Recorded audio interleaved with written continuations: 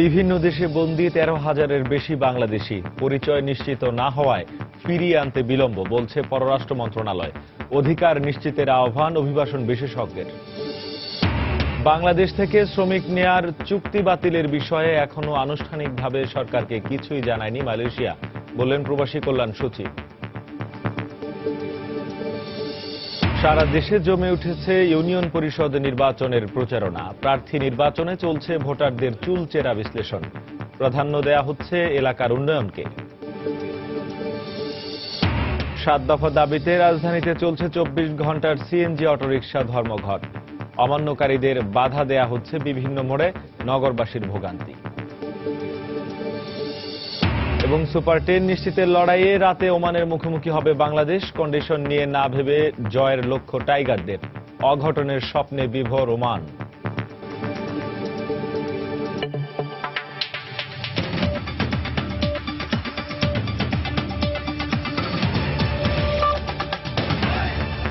বিশ্বের বিভিন্ন দেশে বছরের পর বছর বন্দি জীবন কাটাচ্ছেন 13,000-এর বেশি বাংলাদেশি। শুধু গত এক বছরে বন্দি সংখ্যা বেড়েছে প্রায় 6,000। পররাষ্ট্র মন্ত্রণালয় বলছে, পরিচয় নিশ্চিত হওয়া গেলে তাদের দ্রুত দেশে ফিরিয়ে আনার প্রক্রিয়া চালানো সম্ভব। অভিবাসন বিশেষজ্ঞের মতে শুধু ফিরিয়ে আনায় নয়, সেই দেশ থেকে প্রাপ্য অধিকার নিয়েই যেন তারা ফিরতে পারেন, সেই উদ্যোগ নিতে হবে। এহসান জুয়েলের রিপোর্ট। দুবেলা দুমুঠো আহার আর একটু সুখের আশায় তাদের স্বদেশ ছেড়ে যাওয়া, কখনো ঝুঁকি নিয়ে অবৈধ পথে, কখনো দালালের খপ্পরে পড়ে তাদের ঠাঁই এখন ভিন দেশের কারাগারে। তবে অনেক ক্ষেত্রে বৈধ কাগজপত্র থাকার পরও চাকুরিদাতার প্রতারণার কারণে অনেককে যেতে হচ্ছে কারাগারে। সরকারি হিসেবে বিশ্বের 37টি দেশে গত বছর যেখানে প্রায় 7,000 বাংলাদেশি বন্দী ছিল, বর্তমানে সে সংখ্যা 13,024 জন। এর মধ্যে সর্বোচ্চ প্রায় 4,000 বন্দী রয়েছেন ভারতে।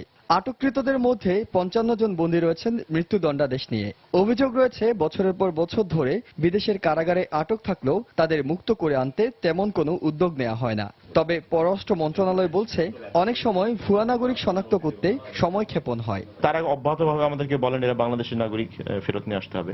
আমরা তাদেরকে যেসব এভিডেন্স দিতে বলি তারা দিতে পারেন না। তখন একটা স্টেলমেট তৈরি হয় একটা লম্বা সময়ে। দেখা গেল ওই 200 জনের মধ্যে হয়তো 2 জন সত্যিকার অর্থে বাঙালি আছে। তো তখন ওই 2 জনকে বা 5 জনকে ওখান থেকে বের করে নিয়ে আসা এটা সময় সাপেক্ষ ব্যাপার। অভিবাসন বিশেষজ্ঞরা বলছেন, বৈধ পথে যাওয়া বন্দীদের দেশে ফিরে আনার সময় লক্ষ্য রাখতে হবে সেদেশ থেকে তাদের ন্যায্য পাওনা আদায় হয়েছে কিনা। শুধুমাত্র ডিটেইনিদের ফিরে আনা না, তাদের ন্যায্য যেই অধিকার সেটা যেন নিশ্চিত হয়। এমন বহু সংখ্যক বাংলাদেশি বিভিন্ন শ্রম গ্রহণকারী দেশগুলোতে আছেন যেখানে তারা বৈধ কাগজপত্র তারা সেই সমস্ত দেশে নিয়ে গেছেন, তারা বাধ্য হয়েছেন তাদের চাকরি থেকে ছেড়ে দিতে। তিনি যদি এখন একটা অনিয়মিত অবস্থায় থেকে থাকেন, তার জন্য যে একটা আইনি লড়া এবং সে তাকে যেন তার ন্যায্য পাওনা তিনি যেন পেতে পারেন, এই ব্যাপারেও কিন্তু সরকারকে উদ্যোগী হতে হবে। যেসব দেশে বাংলাদেশের দূতাবাস বা মিশন নেই, সেসব দেশের তথ্য অন্তর্ভুক্ত করা সম্ভব হয় না। তাই সরকারি হিসেবে বিদেশে বন্দীর সংখ্যা 13,000 বলা হলেও বাস্তবে এই সংখ্যা আরো বেশি বলে মনে করেন বিশেষজ্ঞরা। এহসান জুয়েল, সময় সংবাদ, ঢাকা। বাংলাদেশ থেকে শ্রমিক নেয়ার চুক্তি বাতিলের বিষয়ে এখনো আনুষ্ঠানিকভাবে সরকারকে কিছু জানায়নি মালয়েশিয়া। সকালে মন্ত্রণালয়ের প্রবাসী কল্যাণ সচিব বেগম শামসুন নাহার সাংবাদিকদের এই কথা জানান। তিনি বলেন, মালয়েশিয়ার সিদ্ধান্ত জানা গেলে পরবর্তী কার্যক্রম গ্রহণ করবে সরকার। আমাদের দিক থেকে যেমন এমওর কার্যকারিতা, আমাদের যে লোক প্রেরণের যে প্রস্তুতি, সেগুলো আমাদের আছে। এখন তারা অফিসিয়ালি এখন আমাদেরকে কিছুই জানায়নি এই বিষয়টাতে। অফিসিয়ালি তারা আমাদেরকে কোনো কিছু না জানানো পর্যন্ত আমরা আর নতুন কোনো বক্তব্য নাই আমাদের।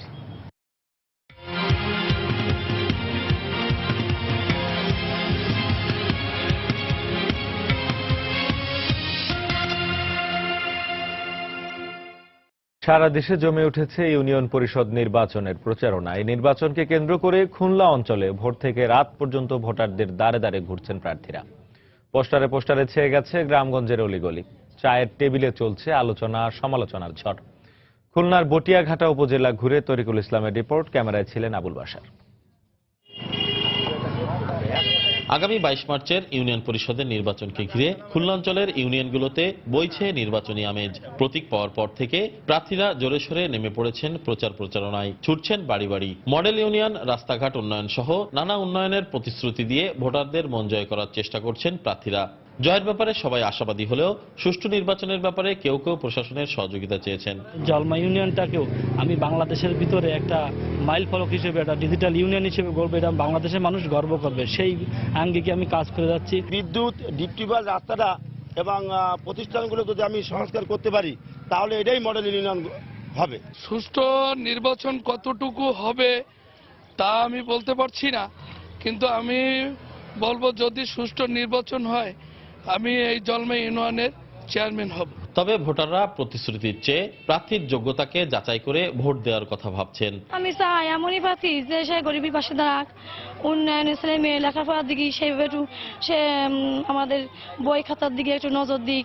আমাদের সমস্যা যে দেখবে আমরা তারই নির্বাচিত করব। যে সমস্ত লোক গরিব মানুষের পাশে দাঁড়াবে সে সমস্ত লোক যদি এখানে প্রতিনিধি হয়ে প্রতিনিধিত্ব করে তাহলে পরিমাণে খুব সুন্দর হয়। নির্বাচন সুষ্ঠুভাবে সম্পন্নের লক্ষ্যে কাজ করে যাচ্ছে বলে দাবি উপজেলা প্রশাসনের। ইতোমধ্যে আমাদের সব কেন্দ্রগুলোর তালিকা করা হয়েছে এবং অফিসার নিয়োগ করা হয়েছে এবং সুন্দরভাবে আমাদের কাজ এগিয়ে চলছে। আশা করি যে নির্বাচন সুন্দর হবে। জলমা ইউনিয়নের চেয়ারম্যান পদে 8 জন, সাধারণ সদস্য 51 জন ও সংরক্ষিত নারী সদস্য পদে 13 জন প্রতিদ্বন্দ্বিতা করছেন। আর মোট ভোটার 44,000। তরিকুল ইসলাম, সময় সংবাদ, খুলনা। এই মুহূর্তে ঢাকার দোহার উপজেলার আছেন আমাদের সহকর্মী তারিকুজ্জামান শিমুল। ইউনিয়ন পরিষদের নির্বাচনের প্রচারণার খবর জানতে সরাসরি চলে যাচ্ছি তার কাছে। শিমুল, প্রতিটি স্থানীয় নির্বাচনের বরাবরই আমরা যেমনটি দেখে থাকি, আসলে স্থানীয় নির্বাচন জাতীয় নির্বাচনের সাথে আসলে খুব একটা সামঞ্জস্যপূর্ণ নয়। কারণ জাতীয় নির্বাচনে যেমনটি আমরা দেখে থাকি যে আসলে রাজনৈতিক দলগুলো যেমন একক আধিপত্য থাকে কিংবা বিভিন্ন রকম রাজনৈতিক সংগঠনের এখানে এক ধরনের প্রভাব বিস্তার করার সুযোগ থাকে, কিন্তু স্থানীয় পর্যায়ে আসলে এসে এখানকার মানুষজনের সাথে কথা বলে যেমনটা দেখতে পাচ্ছি, আসলে যেটি বলা হয় আসলে যে গ্রামগুলোতে, বাংলাদেশের গ্রামগুলোতে যে বিষয়টি শুরু থেকেই যেমনটি লক্ষ্য করা যাচ্ছে যে আসলে এখানকার রাজনৈতিক প্রেক্ষাপটের চেয়ে এখানকার স্থানীয় মানুষজন যারা আছেন তাদের সাথে যে সম্পর্ক কিংবা তাদের যারা সুখে দুঃখে পাশে থাকেন তাদের সাথে যাদের ভালো সম্পর্ক কিংবা যারা তাদের জন্য কাজ করে থাকেন সে ধরনের মানুষজনকে তারা বরাবরই পছন্দ করে থাকেন। তো এই দোহারের বেশ কয়েকটি ইউনিয়ন ঘুরে আমি যেমনটি চিত্র দেখলাম যে এখানকার আসলে চিত্র ঠিক একই রকম। এখানকার যারা ভোটার যারা আছেন তারা প্রার্থীরা তারা তাদের কাছে এসে ভোট চাচ্ছেন, তাদের প্রতিশ্রুতির কথা বলছেন, তারা কি কি করতে চান কিংবা তাদের পরিকল্পনা কি কি বিষয় আছে তাদেরকে ভোটারদেরকে নিয়ে কিংবা তাদের এলাকার উন্নয়নকে নিয়ে সেই বিষয়টি তারা বোঝানোর চেষ্টা করছেন। কিন্তু ভোটাররা বরাবরই যেমনটি দেখে থাকি আসলে এর কয়েক দশক আগে যেমনটি দেখা যেত আসলে টাকা পয়সা নিয়ে কিংবা এর ওর দ্বারা প্রভাবিত হয়ে তারা ভোট দিত, কিন্তু এখন আসলে এখানকার চিত্র পাল্টাছে। বিশেষ করে দোহার এলাকা আপনি জানেন যে প্রবাসী অধ্যুষিত এলাকা, সুতরাং এখানকার অধিকাংশ মানুষই মোটামুটি সচ্ছল এবং তারা বলছেন যে তারা জেনে বুঝে তাদের পছন্দের প্রার্থীকে তারা বেছে নেবেন এবং সেইভাবে তারা ভোট দিবেন। তো সেই বিষয়টি এর আগে যে বিষয়টি আপনাদেরকে বলছিলাম যে আসলে এখানকার কয়েক দশক আগেও যেখানে এই গোটা এলাকায় আমরা দেখেছি যে আসলে এখানে বিএনপি অধ্যুষিত এলাকা ছিল, কিন্তু সাম্প্রতিক এখানকার চিত্র পাল্টেছে। এখানে আসলে যারা এর আগে যারা বিভিন্ন রাজনৈতিক সংগঠনের সাথে যুক্ত ছিলেন তারাও আমাদেরকে জানিয়েছেন যে আসলে স্থানীয় নির্বাচনে এখানকার রাজনৈতিক প্রভাবটা খুব একটা আসলে প্রভাব বিস্তার করবে না। তো এখন আপনি দেখতে পাচ্ছেন যে আসলে একজন প্রার্থী তিনি তার প্রচারণা চালাচ্ছেন এবং তার সাথে তার কর্মী সমর্থকরা আছেন। তো এখানকার রাজনৈতিক পরিবেশ এবং এখানকার নির্বাচনী পরিবেশ নিয়ে এখানকার যারা স্থানীয় মানুষজন আছেন এবং রাজনৈতিক কর্মী আছেন তাদের সাথে কথা হচ্ছিল। তো তারা আমাদেরকে জানিয়েছেন যে এখন পর্যন্ত এখানে কোনো সহিংস কোনো ঘটনা কিংবা কোনো ধরনের অনাকাঙ্ক্ষিত ঘটনা ঘটেনি।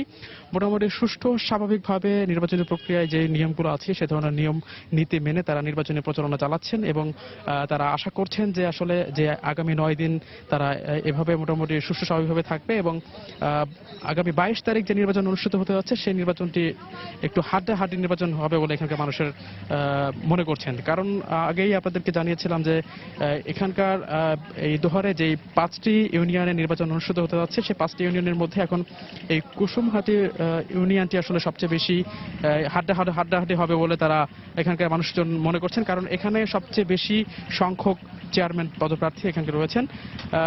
এর মধ্যে আওয়ামী লীগ এবং বিএনপি থেকে একজন করে প্রার্থী মনোনয়ন করা হলেও উভয় দল থেকে আমরা দেখেছি যে স্বতন্ত্র নামে বিদ্রোহী প্রার্থী এখানে নির্বাচনে প্রতিদ্বন্দ্বিতা করবেন বলে মোটামুটি ঘোষণা দিয়েছেন এবং তাদের প্রচুর সংখ্যক ব্যানার পোস্টার আমরা বিভিন্ন জায়গায় দেখেছি। তো সেই সবকিছু মিলে আমরা হিসেবে যেমনটা দেখতে পাচ্ছি আসলে যেই মোট 7 জন যে চেয়ারম্যান প্রার্থী আসেন তারা তাদের মতো করে নির্বাচনী প্রচারণা চালাচ্ছেন এবং এই নির্বাচনী প্রচারণা বলছেন যে নির্বাচনের 24 ঘন্টা আগে যে নির্বাচনী প্রচারণা শেষ হওয়ার যে সময় সেই সময়ের আগ পর্যন্ত তারা এটি চালিয়ে যাবেন এবং মোটামুটি তারা বলছেন যে সুষ্ঠু পরিবেশে তারা এই নির্বাচন প্রচারণা শেষ করে নির্বাচনে অংশগ্রহণ করতে পারবেন।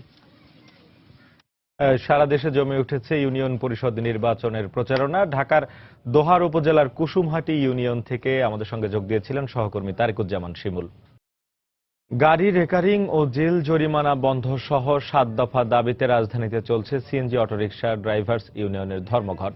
ভোর 6টা থেকে শুরু হওয়া 24 ঘন্টার ধর্মঘটে বিপাকে পড়েছেন রাজধানীবাসী। ঢাকার বিভিন্ন রাস্তায় খুব কম সিএনজি অটোরিকশা চলতে দেখা গেছে। যেসব চালক ধর্মঘট মানছেন না তাদের অটোরিকশা বিভিন্ন এলাকায় আটকে দিচ্ছে ড্রাইভার্স ইউনিয়নের চালকরা।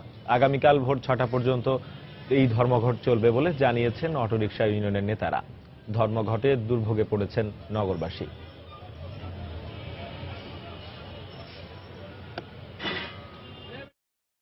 পুলিশ অনাদায় আমাদেরকে হয়রানি করে। এক জায়গায় একটা যাত্রীর জন্য আমরা দাঁড়াইছি, 2 মিনিট কথা কইতেছে, আইসা বলতেছে গাড়ি ডাম্পিং হবে। আমরা যদি 8টা থেকে 8টা চালায় 900 টাকা জমা দেই, আমাদের পেটে ভাত আসে না মিটারে। সিএনজি কিছু হলে আটকে দেয়, ড্রাইভারকে দেয়। আমার ড্রাইভার, অনেক ড্রাইভার জেলখানা পস্তাছে। আমাদের মিটারে জমা 600 টাকা করতে হবে। আর সারা ঢাকাতে আমাদের সিএনজির পার্কিং দিতে হবে, কারণ এই পার্কিং ছাড়া আমরা গাড়ি সাইড করলেই গাড়ি ধরে মামলা করে। সময় সংবাদে আরো থাকছে। নেত্রকোনার দুর্গাপুরের শ্যামগঞ্জ বিরিশিরি সড়কের 12 কিলোমিটার রাস্তা চলাচলের অনুপযোগী। ঝুঁকি নিয়ে প্রতিদিন কয়েকশো যানবাহন চললেও কর্তৃপক্ষ নির্বিকার।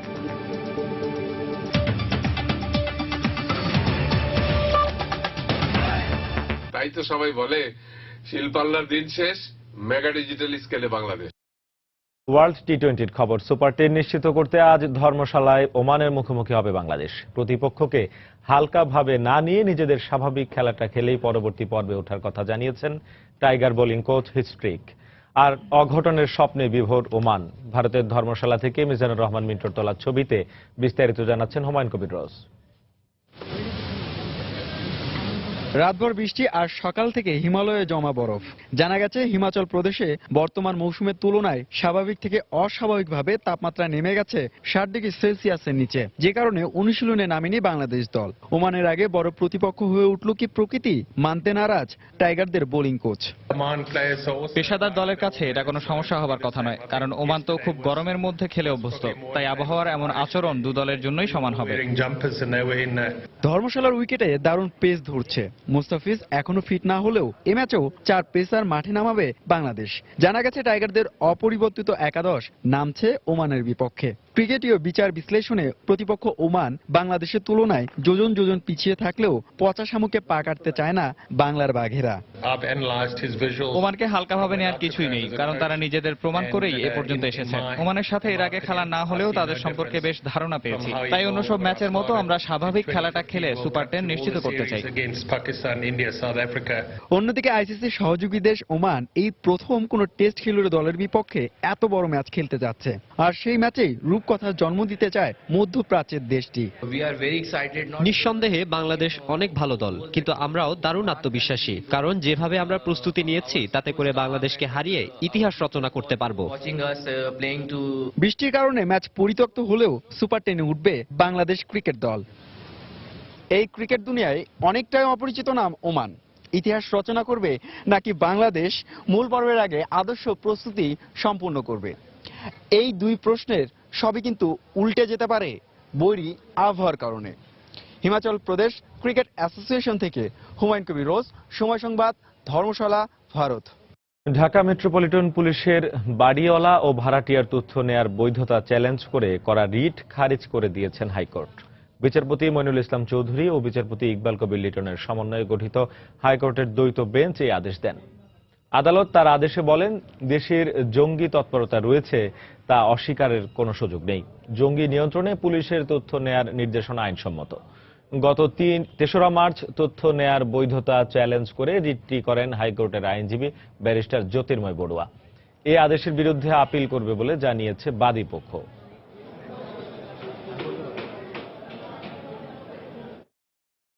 কোনো সুনির্দিষ্ট ঘটনার ক্ষেত্রে তারা যাবতীয় তথ্য চাইতে পারবেন। সেটার জন্য আসলে এই বিধিমালা ছাড়াও মৌলিক আরও যে সমস্ত আইনগুলো আছে, যেমন ফৌজদারি কার্যবিধি আছে এবং পুলিশ অ্যাক্ট আছে এবং ডিএমপি অর্ডিন্যান্স আছে, এগুলোতেও যথেষ্ট প্রভিশন আছে এবং সেগুলোতে আমরা ক্যাটেগরিক্যালি কোর্টে বলেছিলাম যে আসলে সেগুলোতে তারা পারেন, কিন্তু সেটা স্পেসিফিক কোনো ঘটনা হতে হবে। একদম লুজলি সবার ইনফরমেশন চাওয়ার ক্ষেত্রে কোনো রকমের কোনো সুনির্দিষ্ট আইন নেই। আর যে বিধিমালার কথা বলা হচ্ছে যে তারা তথ্য চাইতে পারেন ক্রিমিনাল অফেন্স সংক্রান্ত, সেখানে কিন্তু কোথাও বলা নেই যে এই তথ্যগুলো তারা প্রসেসিংটা কিভাবে করবেন। সারা দেশে ডিসেম্বর থেকে মে এই 6 মাসে অগ্নিকাণ্ডের ঘটনা ঘটে সবচেয়ে বেশি। এর অধিকাংশ দুর্ঘটনা ঘটে চুলা ও বৈদ্যুতিক সরঞ্জাম থেকে। বিশেষজ্ঞদের মতে সচেতনতার অভাবেই ঘটে এই ধরনের দুর্ঘটনা। সচেতনতা বাড়ানো গেলে অগ্নিকাণ্ডের ক্ষয়ক্ষতি অনেকাংশেই কমিয়ে আনা সম্ভব। এই ধরনের দুর্ঘটনা মোকাবিলায় আগামীতে উদ্ধারকর্মী, স্বেচ্ছাসেবক ও ফায়ার স্টেশন বাড়ানোর পরিকল্পনা রয়েছে বলে জানিয়েছে ফায়ার সার্ভিস। ইসরাত জাহানের রিপোর্ট। সারা দেশের মোট অগ্নিকাণ্ডের 23% চুলা থেকে আর 40% ঘটে বৈদ্যুতিক সরঞ্জামাদি থেকে।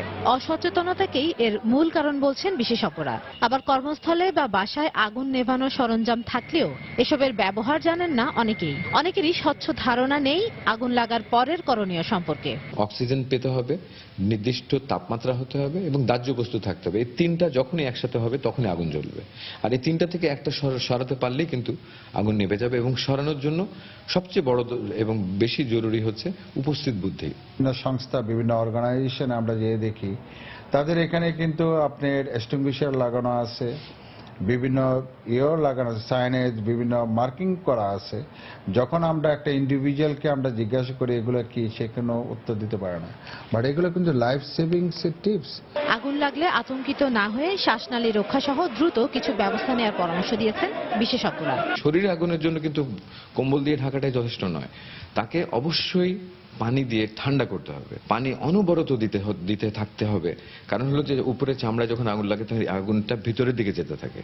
আমাদের যে দুর্বল জায়গাটা হলো যে শ্বাসনালী। যখনই আগুন লাগে তখন মুখটাকে ঢাকতে হবে, কাপড় দিয়ে, রুমাল দিয়ে, যা আছে ওড়না দিয়ে মুখটাকে ঢাকতে হবে, যাতে করে তাপটা ফিল্টার্ড হয়ে যেন ভেতরে ঢোকে। শুষ্ক মৌসুমে আগুন লাগার ঘটনা বেড়ে যায়। তাই আগাম প্রস্তুতি হিসেবে বিভিন্ন গুরুত্বপূর্ণ স্থানে ফায়ার সার্ভিসের জনবল ও উপকরণ মোতায়েন রাখা হচ্ছে। একই সাথে শুক্র শনিবার বস্তি ও গার্মেন্টস এলাকায় সাধারণ মানুষকে প্রশিক্ষণ দিচ্ছেন তারা। ট্রাফিক জ্যামের জন্য আমরা ঠিকমতো মানে টাইম মতো আমরা রেসপন্স করাটা আমাদের জন্য ডিফিকাল্ট হবে। সেই জন্য বিভিন্ন পয়েন্টে কিন্তু আমরা আমাদের গাড়িগুলো স্টেজিং ফরওয়ার্ড করে রাখি। বাংলাদেশের 16 কোটি মানুষের জন্য ফায়ার সার্ভিসের উদ্ধারকর্মী রয়েছে মাত্র 8000। 2017 সালের মধ্যে আরও 9000 উদ্ধারকর্মী নিয়োগ এবং ফায়ার স্টেশনের সংখ্যা 305টি থেকে বাড়িয়ে 549টি করার পরিকল্পনা রয়েছে। ইসরাত জাহান, সময় সংবাদ, ঢাকা। সময় সংবাদ আরো থাকছে। পশ্চিমবঙ্গ বিধানসভা নির্বাচনে জোটবদ্ধভাবে আসন বণ্টনে বামফ্রন্ট কংগ্রেসের মধ্যে সমঝোতা হয়নি। তৃণমূলের ইশতেহারের কড়া সমালোচনা বিজেপির।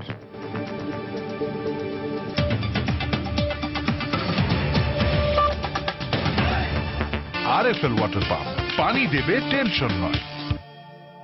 রাজনৈতিক পরিস্থিতি স্থিতিশীল থাকায় খেলাপি ঋণের পরিমাণ কমে আসছে বলে মনে করছেন ব্যাংকাররা।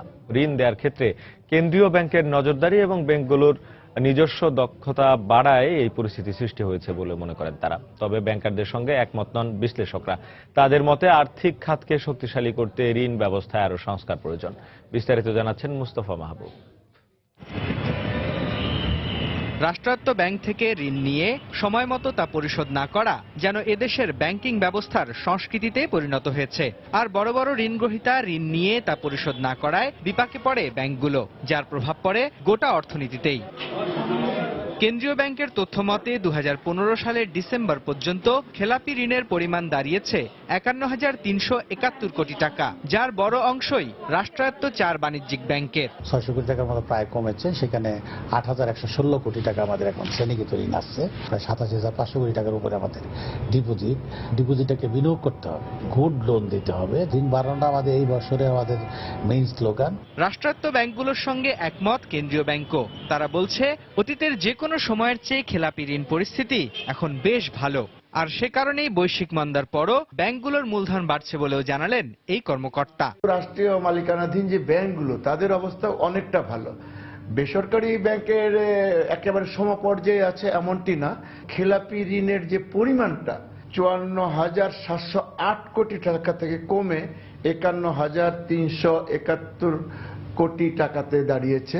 3 মাসের মধ্যে এতটা উন্নয়ন, এটি একটি ভালো দিক। তবে পুনঃ তফসিলের মতো সুবিধা দিয়ে রাষ্ট্রের টাকা অবৈধভাবে আটকে রাখার সুযোগ বন্ধ না করলে ভবিষ্যতে আর্থিক খাত বড় ধরনের ঝুঁকিতে পড়তে পারে বলে আশঙ্কা বিশ্লেষকদের। এখনো রাষ্ট্রায়ত্ত ব্যাংকের বেশিরভাগ ঋণ হচ্ছে নির্দেশিত ঋণ, উপর থেকে তদবিরমূলক ঋণ।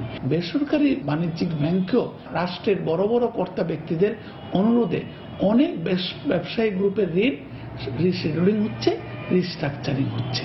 ভালো ব্যবস্থাপনা নেই, অভ্যন্তরীণ নিয়ন্ত্রণ ভালো নয়। নতুন ঋণ দেওয়ার ক্ষেত্রে ঝুঁকি ব্যবস্থাপনার আধুনিকায়ন সহ তথ্য প্রযুক্তির ব্যবহার নিশ্চিত করার পাশাপাশি ব্যাংকের প্রতিটি শাখার জন্য আলাদা পরিচালনা দিক নির্দেশনা প্রণয়নের তাগিদ দিলেন বিশ্লেষকরা। মুস্তাফা মাহবুব, সময় সংবাদ, ঢাকা। বাংলাদেশ ব্যাংকের টাকা চুরির ঘটনা নিয়ে বাংলাদেশ ব্যাংকে ঊর্ধ্বতন কর্মকর্তাদের বৈঠক চলছে। এই মুহূর্তে সেখানে আছেন সহকর্মী শরীফুল ইসলাম। সেখানকার খবর জানতে আমরা সরাসরি চলে যাচ্ছি তার কাছে। শরীফ। শেখ জায়েদ, ঠিক যেমনটি বলছেন আপনি, আমি আছি এখন বাংলাদেশ ব্যাংকে, যেখানে আসলে এখন মিটিং চলছে। বাংলাদেশ ব্যাংকের 4 জন, যতটুকু জানতে পেরেছি, বাংলাদেশ ব্যাংকের 4 জন ডেপুটি গভর্নর তারা আসলে মিটিংয়ে আছেন। ব্যাংক আর্থিক প্রতিষ্ঠানের মাননীয় সচিব আসলামুল আলমের সাথে ছিলেন। আমি যতটুকু জানতে পেরেছি যে ভারত থেকে আসা নিরাপত্তা বিশ্লেষক তিনিও ছিলেন। তো আসলে মানে ঠিক কিভাবে বাংলাদেশ থেকে হ্যাক হয়ে যাওয়া টাকাটা আসলে ফেরত আনা যায়, সে বিষয়ে কি করা যাবে বা কি নির্ধারণ, সেসব বিষয় নিয়ে আসলে তারা আসলে মিটিং করছেন। তো আপনি ঠিক জানেন যে মানে গত ফেব্রুয়ারি 5 তারিখে আসলে বাংলাদেশের প্রায় 800 কোটি টাকা হ্যাক হয়ে যায় যুক্তরাষ্ট্রের ফেডারেল রিজার্ভ ব্যাংক থেকে। তো আসলে সেই টাকার একটা বড় অংশই কিন্তু এখন পর্যন্ত আসলে আনা যায়নি, যার ছোট একটা অংশ প্রায় 100-200 কোটি টাকার মতো টাকা ফেরত আনা গেছে। যে টাকাগুলো চলে গেছে আসলে শ্রীলঙ্কা এবং ফিলিপাইনের মাধ্যমে। শ্রীলঙ্কা যে টাকাটা গেছে সেই টাকাটা ফিরিয়ে আনার চেষ্টা করছে, আনা হয়েছে। আর বাকি জায়গাগুলো আসলে কিভাবে আনা হবে সেসব বিষয় আসলে কি নির্ধারণ, তদন্ত প্রক্রিয়া কিভাবে এগোবে, কিংবা কিভাবে আসলে টাকাগুলা খুব দ্রুত আনা সম্ভব হবে, সব কর্মপরিকল্পনা সহ সার্বিক বিষয়গুলো নিয়ে আসলে এখন পর্যন্ত মিটিং চলছে, যে মিটিংটা প্রায় ঘণ্টাখানেক ধরে চলছে। তো আসলে মিটিংয়ের পরে কি সিদ্ধান্ত হবে সে বিষয়ে তো আমরা বিস্তারিত জানাতে পারবো আপনাদেরকে। তো এই ছিল আমার কাছে বাংলাদেশ ব্যাংক থেকে এখানকার সর্বশেষ খবর। জায়েদ। বাংলাদেশ ব্যাংকের টাকা চুরির ঘটনা নিয়ে বাংলাদেশ ব্যাংকে ঊর্ধ্বতন কর্মকর্তাদের বৈঠক চলছে। বৈঠকের বিষয়ে সেখান থেকে জানাচ্ছিলেন সহকর্মী শরীফুল ইসলাম।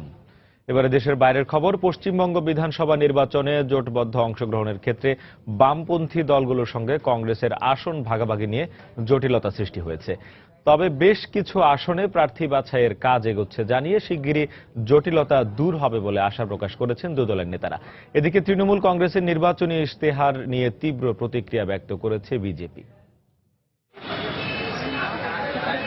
তৃণমূলের নির্বাচনী ইশতেহার দেওয়ার পরদিন ক্ষমতাসীন দলটির কড়া সমালোচনা করল ভারতীয় জনতা পার্টি বিজেপি। শনিবার সন্ধ্যায় কলকাতায় দলীয় অফিসে সংবাদ সম্মেলনে রাজ্য বিজেপি সভাপতি দিলীপ ঘোষ দাবি করেন, সিঙ্গুরে বিজেপি ছাড়া কেউ কারখানা করতে পারবে না।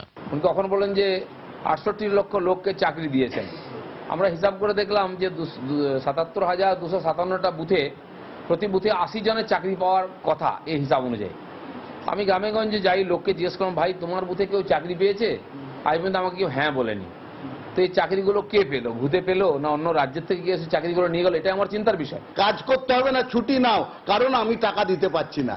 আর এখানে লিখেছেন আমাদের সরকার 365 দিন বছরে এক নাগাড়ে কাজ করছে। 294 আসনের পশ্চিমবঙ্গ বিধানসভা নির্বাচনে বামফ্রন্ট 2 দফায় 168টি আসনে প্রার্থী ঘোষণা করে। পাশাপাশি কংগ্রেসও 2 দফায় 107টি আসনে প্রার্থী তালিকা প্রকাশ করে। কংগ্রেসের দাবি অনুযায়ী ন্যূনতম 80টি আসনও ছাড়তে রাজি হয়নি বামফ্রন্ট। এছাড়া কিছু আসনে 2 দলই প্রার্থী ঘোষণা করায় বামফ্রন্ট কংগ্রেসের জোটে টানাপোড়েন শুরু হয়। সমস্যা সমাধানে বৃহস্পতিবার গভীর রাত পর্যন্ত বৈঠক করেন কংগ্রেস ও বামফ্রন্টের নেতারা। বৈঠক সফল হয়েছে বলে শনিবার দাবি করেন প্রদেশ কংগ্রেস সভাপতি অধীর রঞ্জন চৌধুরী।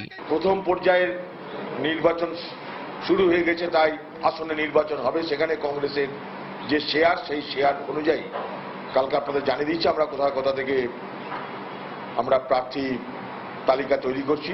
ঠিক একইভাবে আজও আমরা 32টি যেখানে যেখানে কংগ্রেসের নির্বাচিত সদস্য আছে সেই রকম 32টি বিধানসভার তালিকা আমরা তৈরি করলাম।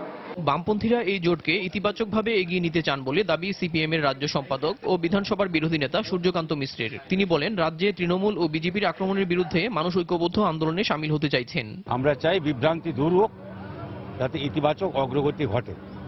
আমাদের এখানে যে তৃণমূল বিজেপি সম্মিলিতভাবে যে আক্রমণ, তার বিরুদ্ধে সমস্ত বামপন্থী গণতান্ত্রিক ধর্মনিরপেক্ষ শক্তির যে ঐক্যবদ্ধ লড়াই, যার পিছনে মানুষ সমবেত হচ্ছেন, সেটা যাতে এগিয়ে যেতে পারে, এইটাই হচ্ছে আমাদের সাধারণ লক্ষ্য।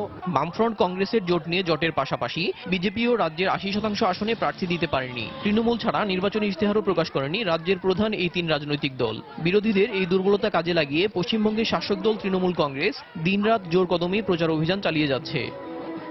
সময় সংবাদ, কলকাতা। আবারও টি-20 বিশ্ব আসরের খবর। আইসিসির সহযোগীদের সমানের বিপক্ষে জয় পেতে খুব বেশি বেগ পেতে হবে না টাইগারদের, এই অভিমত ক্রিকেট বোদ্ধাদের। আর তাসকিন সানিদের বোলিং অ্যাকশন নিয়ে ওঠা আইসিসির সন্দেহ অযৌক্তিক ও সঠিক সময়ে করা হয়নি বলেই মনে করেন বিসিবির গেম ডেভেলপমেন্ট কমিটির ম্যানেজার নাজমুল আবেদিন ফাহিম ও সাবেক অধিনায়ক খালেদ মাসুদ পাইলট। ভারতের বিপক্ষে 5 উইকেট দিয়ে আন্তর্জাতিক ক্রিকেটের পথ চলা শুরু তাসকিন আহমেদের। 14টি একদিবসীয় ম্যাচের পাশে খেলেন 11টি টি-20। ক্যারিয়ারের শুরু থেকেই যার স্বপ্ন লাল সবুজ জার্সি গায়ে হবেন দেশের দ্রুততম ফাস্ট বোলার।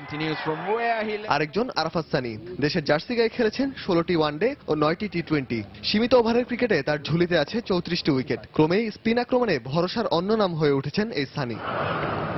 গেল 2 বছর ধরে যারা আন্তর্জাতিক ক্রিকেটে নিয়মিত খেলছেন, হঠাৎ তাদের বোলিং অ্যাকশন নিয়ে আইসিসি সন্দেহ হওয়ায় প্রশ্ন উঠেছে বিভিন্ন মহলে। বিষয়টি ভালো চোখে দেখছেন না বিশ্লেষকরাও। রিসেন্ট পাস্টে যেই বল করেছে তার থেকে তাদের বলের কোনোখানে কোনো পরিবর্তন এসছে।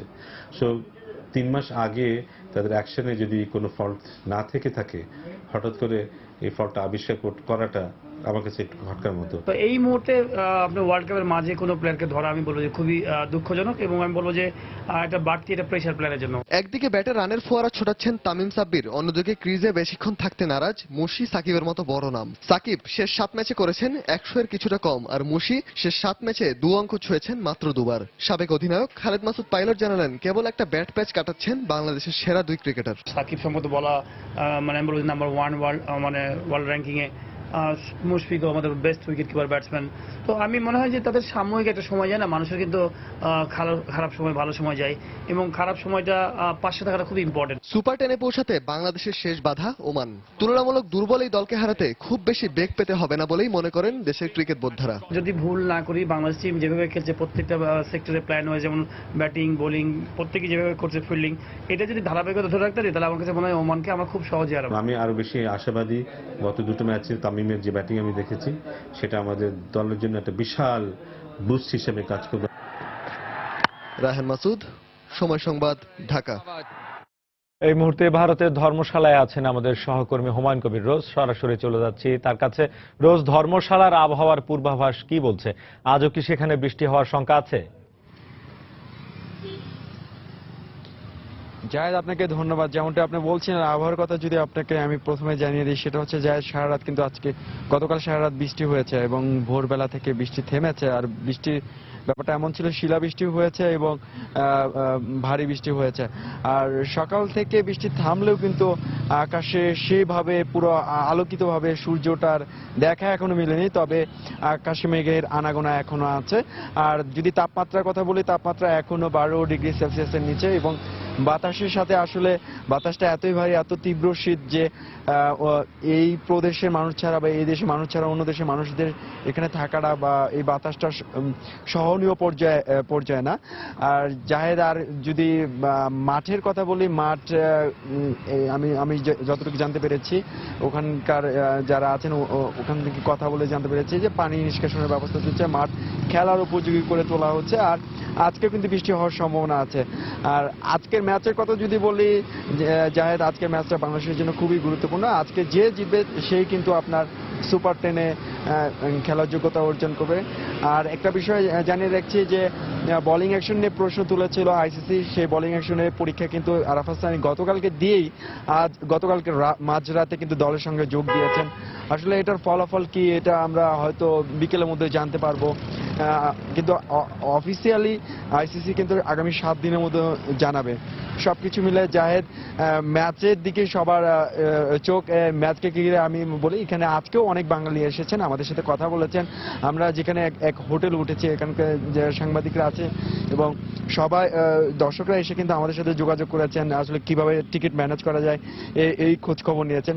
সবকিছু মিলে তারাও রোমাঞ্চিত, একটা ভালো ম্যাচ হবে এই প্রত্যাশাই সবাই করছেন। জাহেদ, ফিরছি আপনার কাছে।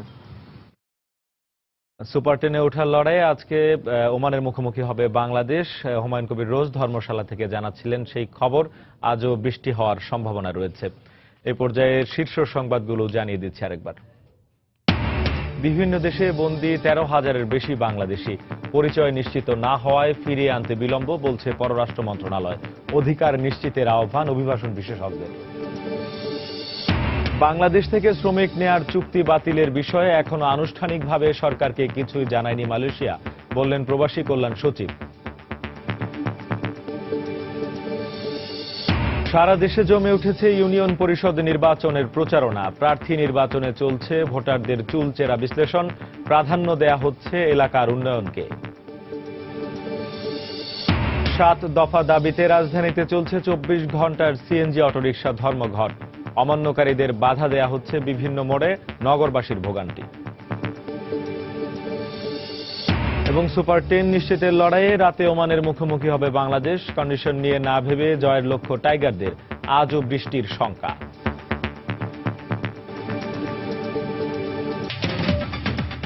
এই ছিল এখনকার মতো। যে কোনো খবর পেতে ভিজিট করুন সময়নিউজ.tv। যে কোনো বাংলা লিংক রবিউ সিরিজের নম্বর থেকে সময় সংবাদের খবর, অনুষ্ঠান সম্পর্কে জানতে এবং যে কোনো তথ্য সময় সংবাদকে জানাতে ডায়াল করুন 1624 নম্বরে। এছাড়াই মাত্র পাওয়া খবর মোবাইলে পেতে SMS করুন START SN লিখে পাঠিয়ে দিন 1624 নম্বরে। সঙ্গে থাকুন সময়ের।